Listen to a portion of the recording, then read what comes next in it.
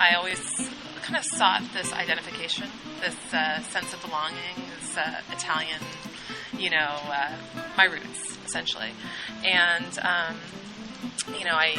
the history of Italians in New York and New Jersey and other parts of the country is well known, but that of Italians in Los Angeles is not, and kind of led me on this quest to discover if there was an Italian history here. I often liken researching the Italians of Los Angeles to chasing ghosts, because so much of our history is gone, it's disappeared, it's been erased from the map, and the community oftentimes didn't take any measures to preserve it or document it. And so while, in other places and other parts of the country that Italian presence is still there, I mean, there's a wealth of evidence of it. In Los Angeles, you really have to hunt for it. Maybe that's an unfortunate benefit of the Italians, from what I learned in your book, in Los Angeles, becoming very successful and influential Americans. Do you think that? I would say so. I think Italians tend to be pretty humble people, very progress-minded, and they don't tend to focus on their achievements. Oftentimes they look back to people like Christopher Columbus, 500 years ago, or Da Vinci, and not the more recent history, which is more interesting to me. And I guess that a lot of Italians, early Italians, settled here because of the similarities between California and Italy. This is kind of like a little Mediterranean.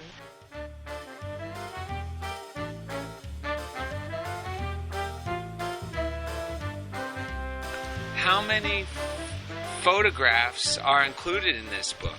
A little over 200. It's a lot. It's a lot of photos. A lot of photographs, and most of them have never been published. Never been seen, actually. And how did you even know where to look or find these photographs? I would say the greatest majority comes from the Italian American Museum's archive. And the Italian American Museum, over the last 15 or so years, has been collecting photographs. Basically, members of the community have donated them.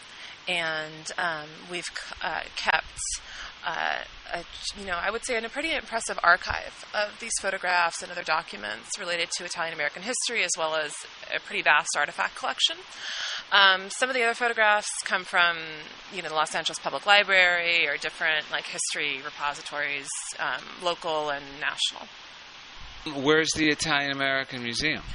Well, it's located on North Main Street at Cesar Chavez in downtown Los Angeles. It basically overlooks Olvera Street, and many people don't know that was really the heart of LA's original Little Italy.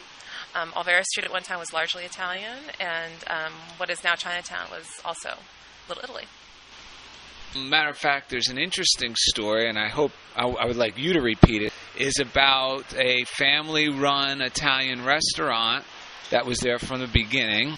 I believe the restaurant you're referring to was owned by the Palufo family, who were some of the city's early Italian residents. And they owned a restaurant called Cafe Italiano on Olvera Street. And most people recognize Olvera Street as this Mexican-American or Mexican cultural symbol.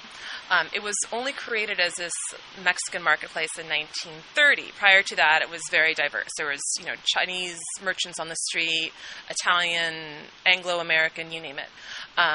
And even after the street was created as this Mexican marketplace, some of those merchants remained, including the Palufo family's Cafe Italiano. And by the mid-30s, early 40s, Olvera Street had become this solidified Mexican marketplace, and so a number of tourists would ask the Palufo family, well, what are you guys doing here?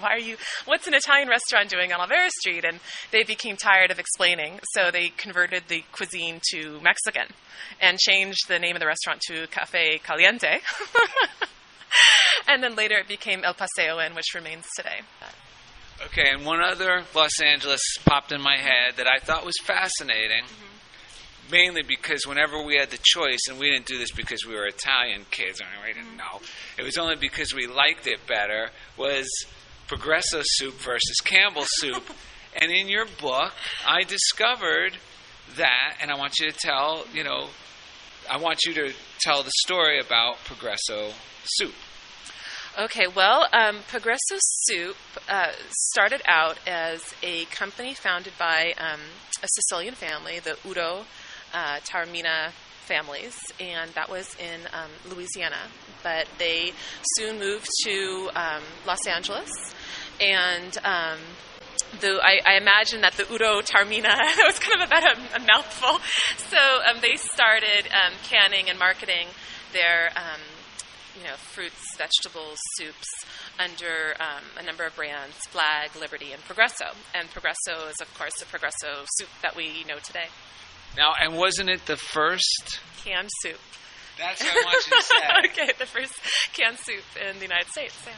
So it wasn't Campbell's that we think, oh, wow, it's good. Actually, Progresso. Buono. Buono.